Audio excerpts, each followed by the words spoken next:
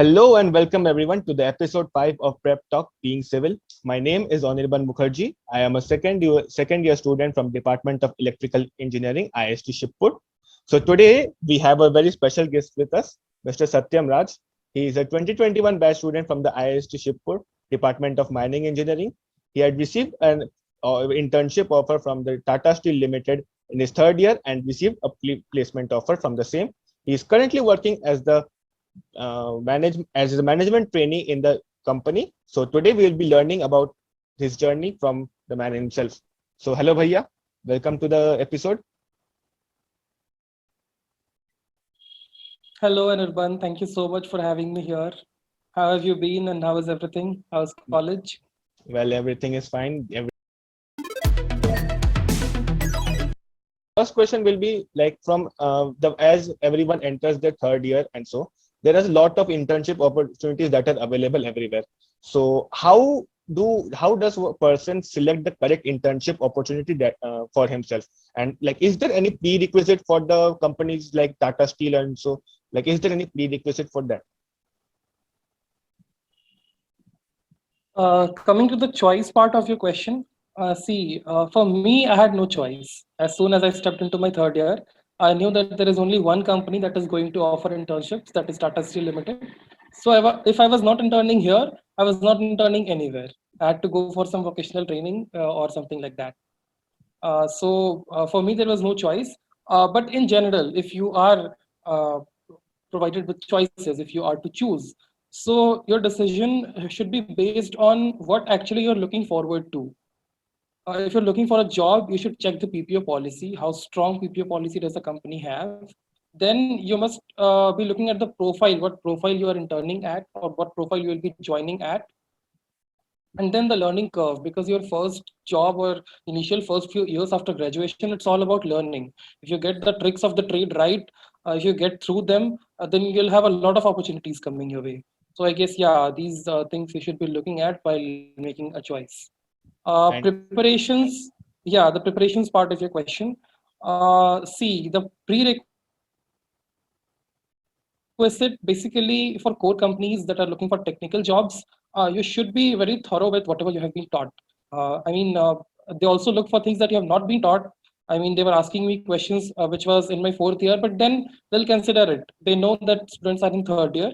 A year or maybe a year and a half is still to be studied, so they'll consider that. But whatever has been taught, you should be very thorough with that. That is the first prerequisite. And then, of course, you'll have to prepare for the different stages of the selection process. You'll have to do that. so what were the steps that the company followed while selecting their interns? It was a very usual one. First, we had an aptitude test. The aptitude test was in the month of October. It was either 16th or 17th of October 2019, either of the two dates. And then everything just, the company vanished for a month and a half. There was no communication, no mails, no results, nothing. Uh, all of a sudden, in the last week of November, we had an announcement. After our NSIMS, the company came back. 29th of November was the date. So GD and interview, both of them were scheduled on the same day. Eventually, the GD was scrapped for our department. For the mining department, it was scrapped because we are a small department of just 29, and out of which only 12 did qualify the aptitude test. So they directly went for the interview, and then the final selection was done based on the interview. Okay, so the COVID period really brought troubles for everyone in this period. What are the steps that what are the process, like is there any mindset or something like that for the answering remarkably in the interview, and like are there any topics or subjects that are just focused for this interview process? So I'll come to the second part of your question first. Topics or subjects. So basically, see, in an interview, what you will be asked, basically, I feel it depends on the profile that you are being interviewed for. First of all, if it is an IT company, you will have questions based on IT. If it's a core company, you'll have questions based on core. And then the operations that a company is working in. Suppose I'll give examples from mining.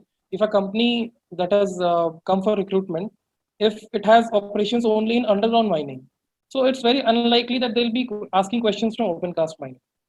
So that is one filter based on the operations that they are operating in. That is the one thing. And the second thing, interview basically, I believe it's an interaction between the interviewer and the interviewee. So a lot depends on the discretion of the interviewer. A lot depends on his interests, on his background. Because see, if I am the interviewer, maybe a couple of decades down the line, so I have some fields of interest in mining engineering. So I'll be asking more questions based on that, and also the field that I have worked in. Suppose there is something, suppose there is geology that I've worked in, suppose there is planning that I've worked in for maybe 10-15 years. So a lot of my questions will come from there.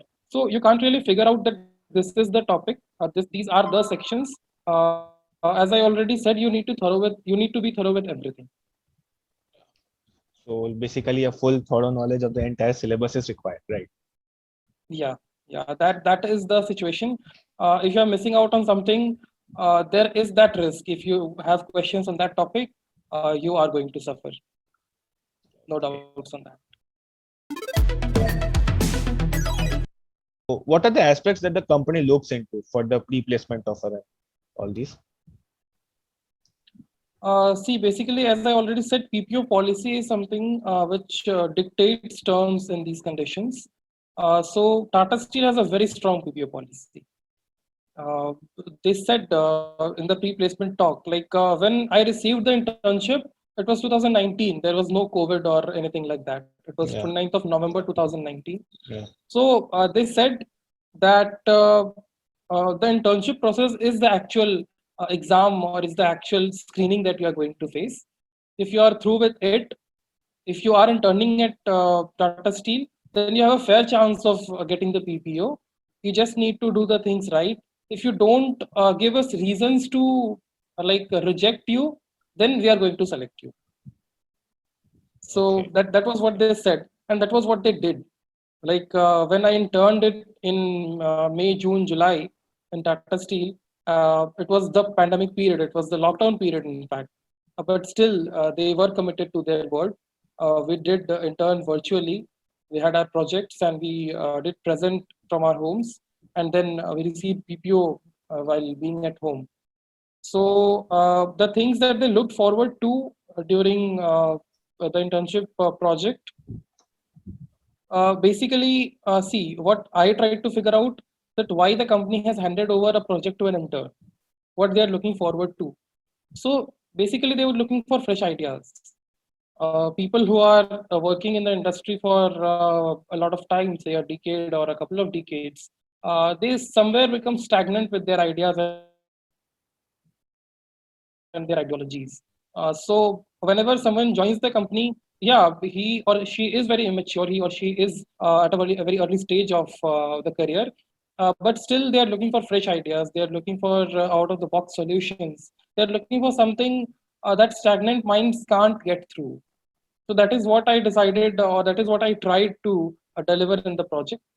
And yeah, I gave it my all because I knew a lot was there at stake. So it was a project that lasted for 8 weeks. The initial couple of weeks, it took me to understand the project, what actually it is about. And I was not able to see the operations, so it was a bit difficult to understand things. But then when I got through with that, I gave it my all. I tried to inculcate as many things as possible in the project. So basically, the company looks for new ideas, the new society brings in that company, right? So Yeah, basically, it's about that.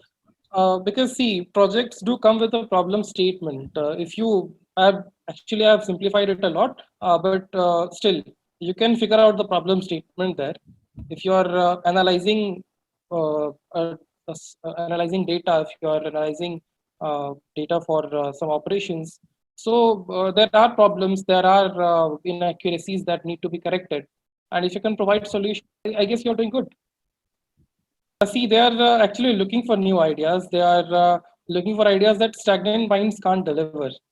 So if you can do that, if you can bring in things that projects do come with problem statements. So if you can provide solutions to those problem statements, then I guess you're doing the required, you're doing the needful. Okay, fine. So, like having a practical exposure at the company during an internship, like how is that feeling, and what are the things that you learned during that internship period? Uh, Theory, why for just 4 or 5 semesters? I mean, I had theory for 8 semesters, full 8 semesters. And then I still think I'm not very qualified enough to answer this question because I interned virtually. And since my joining, I have been at home. So I've never been to any plant. I've never been at the shop floor. So during my internship, basically what I did, I was assigned a mentor. I was assigned a project, and I had a mentor for that. And then through the mentor, I could interact with a lot of people who were actually working at the shop floor. So that did help because I had regular interactions with them. When I saw the data, when I saw the discrepancies there, when I got back to them, so I got to know about a lot of things that are actually not in practice, which we are taught but are actually not in practice. So these differences, these discrepancies from what is actually being implemented and what the theory that we go through, these discrepancies I think are a major part of our learning. And then the interactions do help. I've been interacting with people who are actually working there.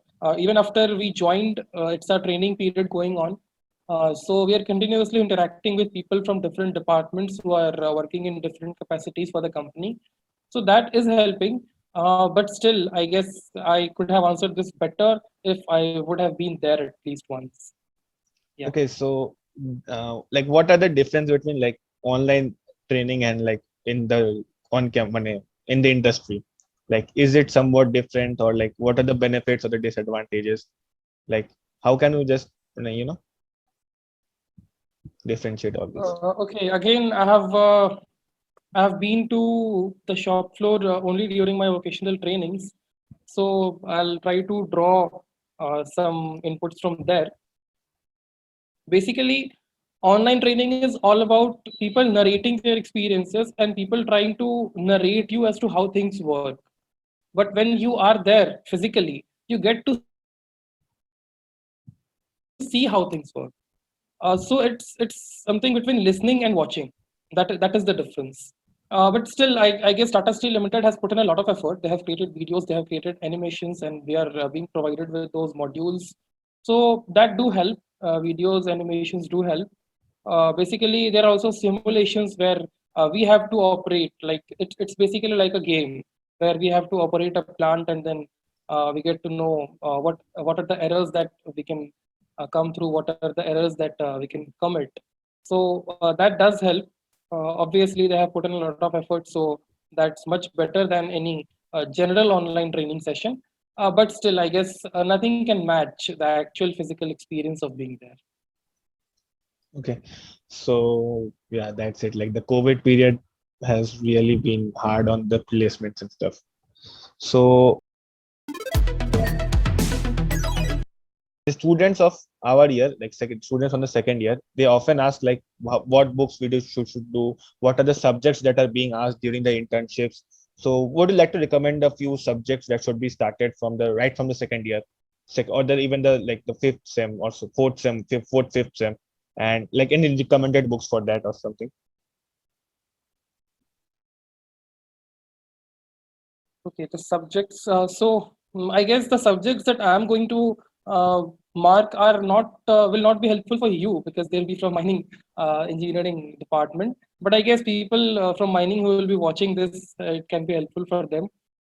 So if you ask me, I'll say all subjects are important. If you miss one subject and there is a question from that subject, especially in compact interviews, like we had a very comprehensive interview which lasted, my interview lasted for 50 minutes. So that was very comprehensive. You have chances for a couple of slip ups. But nowadays interviews are becoming very compact. You have a 10-minute interview, you have a 8 or 12-minute interview. So you don't have chances for slip ups. So if you have one question from the subject that you actually missed, and then you are not able to answer that, so you suffer.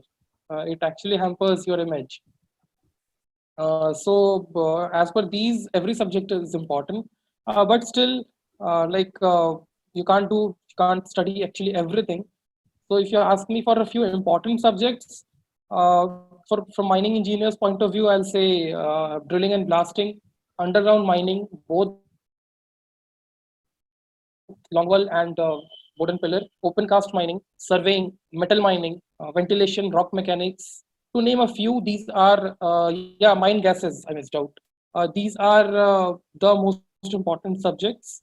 Uh, these form a large chunk of the questions, say 80% or 85%, but still the remaining 15% is from the rest of the subjects, and you can always get a questions from that 15% category. Notes and the teachings that are provided in the college, those will be sufficient for cracking interviews in such companies? Or Not just in industry? interviews. If you were to ask me, if you were to take my opinion, I guess there's sufficient for everything. I had a lot of what I say confrontations with people working in the industry, and I never felt that I was short on something. I had this interview for my internship, and that notes and that material was sufficient. I had that my project. I guess that was sufficient. I appeared for GATE this year, and my All India rank was 197. I thought those notes and materials were sufficient. So for me, that is more than sufficient for everything that you want to get in or you want to crack. So how to bridge this gap between the textbook and the practical knowledge? How to bridge this gap? What are the experience that one should have in their college? If you want to be industry ready while you graduate, you can't be. Simply, you can't be. Because even industries know if you join a company, even that company is aware that you have just graduated, you don't have any experience of working. So you need to be trained. That is why most of the core companies have a training period for people who have just graduated. But still, even theoretical learning, if you want to complement it with some experiences of the industry, or if you want to understand it uh, well, if you want to understand it in a better way, I guess the industrial visits and the vocational trainings are very important.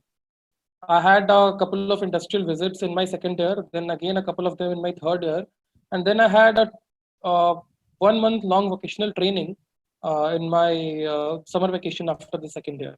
So I guess these things helped because once you study a large chunk of theory and then you actually don't know how does it look like. You actually, if you study about a power support, like I'm giving an example from longwall mining, and you don't know how it looks like, how it actually works, where is it actually used. It's very difficult to imagine everything, right?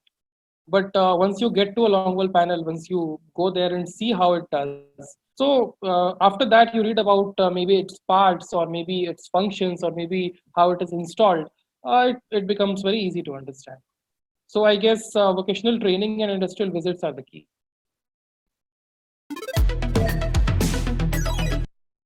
So you are one of the most active persons here in IIST, and you have been a part of many fests and many college events. You had been the sponsorship head, you had been the managing head, you have been taken a part in a lot of the events of the college. So how do you think that these actually confirm a person's personality and actually help them in the event management? The answer to your question, yeah, yes, a big yes. It has helped me a lot. I guess whatever little I have achieved, it has a very important role to play in that, and whatever I am going to achieve, it will always play a very important role in that.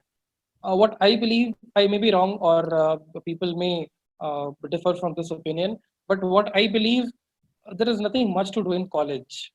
if you're just studying. Like you have 4 or 5 classes in a day. Sometimes the teacher doesn't take full-fledged class. 1.5 hour class gets over in 40 minutes. Sometimes classes are being cancelled. A lab which is scheduled for 3 hours gets over in 1 hour and 20 minutes. So yeah, also on top of that, it is never, ever advisable to miss classes. But because of any reason, once in a while, if you miss a class accidentally, you can cope up for it. Again, I'm not saying you should never miss classes, but if you miss a class, you can cope up for it. So that is what I realized in I'll say first 2 semesters of my college, and then I decided to get into everything.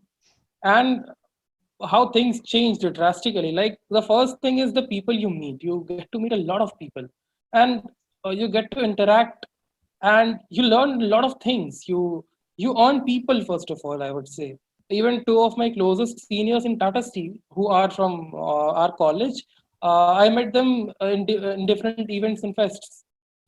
My best of the best friends, my best of the best seniors, even my best of the best juniors, all of them are people who I came across in these fests and events. So you earn people. Then the experiences, like you got all sorts of experiences. If I say from my experiences, I was the sponsorship head at most of the places. I've done a bit of publicity, a bit of event management, but mostly I was the sponsorship head. So I got to meet the marketing managers. I got to meet CCPR heads of different companies. I got to meet sponsorship managers, finance heads, depending upon who is actually handling sponsorship for which company. So those corporate meetings actually gave me a gist of how corporate life is. And then like tricks like negotiating, doing formal stuff, asking for permissions, uh, like convincing people to agree on your point. These are some skills that you will always need and will always help you. So these are some things that I developed working for different fests and events. Also, it teaches you how to work in a team. You become a team man because no big event, no big fest, or no club can be operated without working in a team. So these are very important learnings. I guess if you won't stop me, I can speak on this for hours, but I guess in the interest of time, I should No, no, stop. no. Like, But still, yeah, continue. but still, whatever I can narrate of it will only be the tip of the iceberg. The experiences that I have, they're vast, and they'll have, I guess, they have paid me dividends. And you see, I'm never short on stories.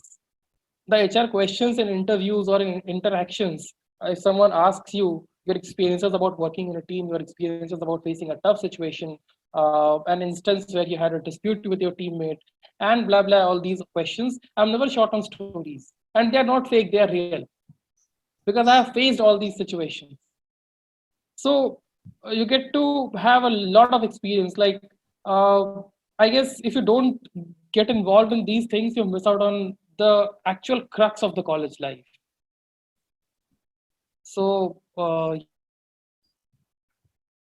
yeah, I guess the best thing I did in college was to get involved in these events. And like I'd conclude by saying I'll be fortunate if I get to live those days again.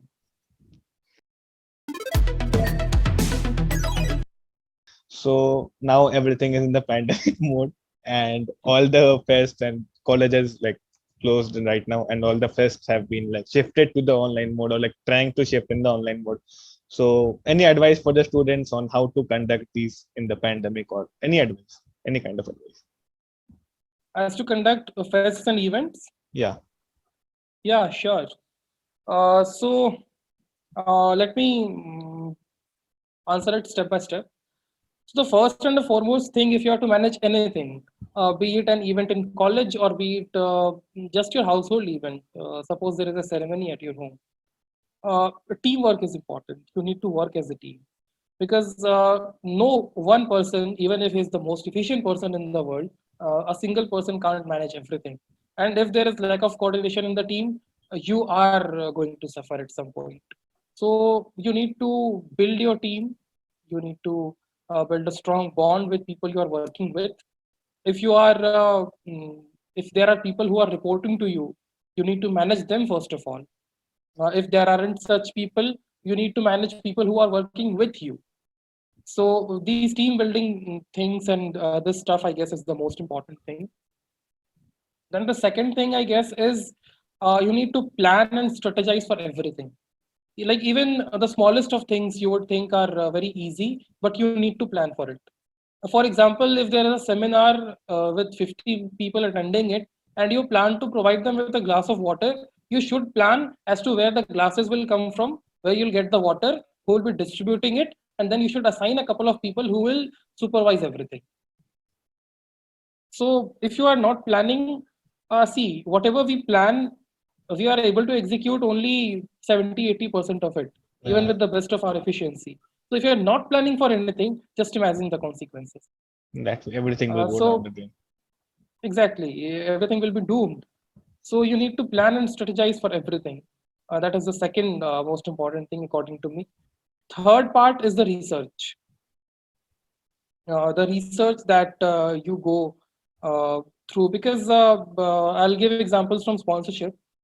Being the sponsorship head, I did a lot of research as to which companies are actually into sponsorships nowadays. The largest fest in the country, which company or which industries are they targeting, and then look at our competitors as well, and eye on our competitors as well, the fests that are at par with our level, who are sponsoring them, and then I would try to go to those companies or their competitors and try to convince them as to why I am better or why we are better than our competitors. Because see, if you have to rise to the top, you'll have to beat the people around you, right? Yes. So you'll have to beat your competitors. So that research part is very important. Then to manage a fest or to manage an event, I guess the best way to learn it is by doing it. And then you should have, ideally, you should have someone who will be showing it to you or who will be demonstrating it to you as to how to do it. The first time you go for a sponsorship, you don't know anything. You don't know how to talk to the person. You don't know what are the protocols to be followed. What are the things that you need to carry with you? You even don't know that. Like you need to carry the sponsorship brochure. You need to carry the sponsorship tariff. You need to have an appointment. You need to have the permission from your convener or the director, and then you can have a formal sponsorship letter. So these are the things that you have to carry while you are meeting him or her for the first time. And then if there is an agreement, if there is this thing that you are going forward with the sponsorship, so there is another set of procedures to be followed. So these tricks of the trade you need to learn first of all, and then after you are apt with it up to a certain level, then you can improvise things, then you can build theories of your own and you can try to implement it. Yes. Because see, everything depends on your personal touch. Even with the same procedure, something which I do and something which you do will be May not work. different. Yeah. Yeah, exactly, and will be different. Both might be correct, both might be brilliant, but then they'll be different for sure. So your personal touch, believing in yourself and believing in your capabilities are very important. And then I guess that's the basics that I have provided. If you do it, you learn it. That is what I believe. Thank you for this amazing experience being with you and talking to you. So in the end, would you like to share something, anything with us? Any guidance, any tips, anything? Uh, I think I've already shared a lot. But since you have asked for it, I'd like to point out one thing. Your attitude matters a lot. Because see, it's very easy to complain about things and stuff around you. But then that develops a very negative mindset, and that brings you into a very negative attitude. I know there are times, there are situations where it's very difficult to stay positive. But still, if you are having a attitude of complaining, if you are having an attitude of blaming people or circumstances, you will somewhere or elsewhere you will not be giving your 100%, and that will hamper your prospects. So I think staying positive, making the most out of opportunities. If you have one opportunity, don't just complain that I have only one. Try to make the most of it. So, and these are not just words. I guess these things have worked for me and have worked for people around me.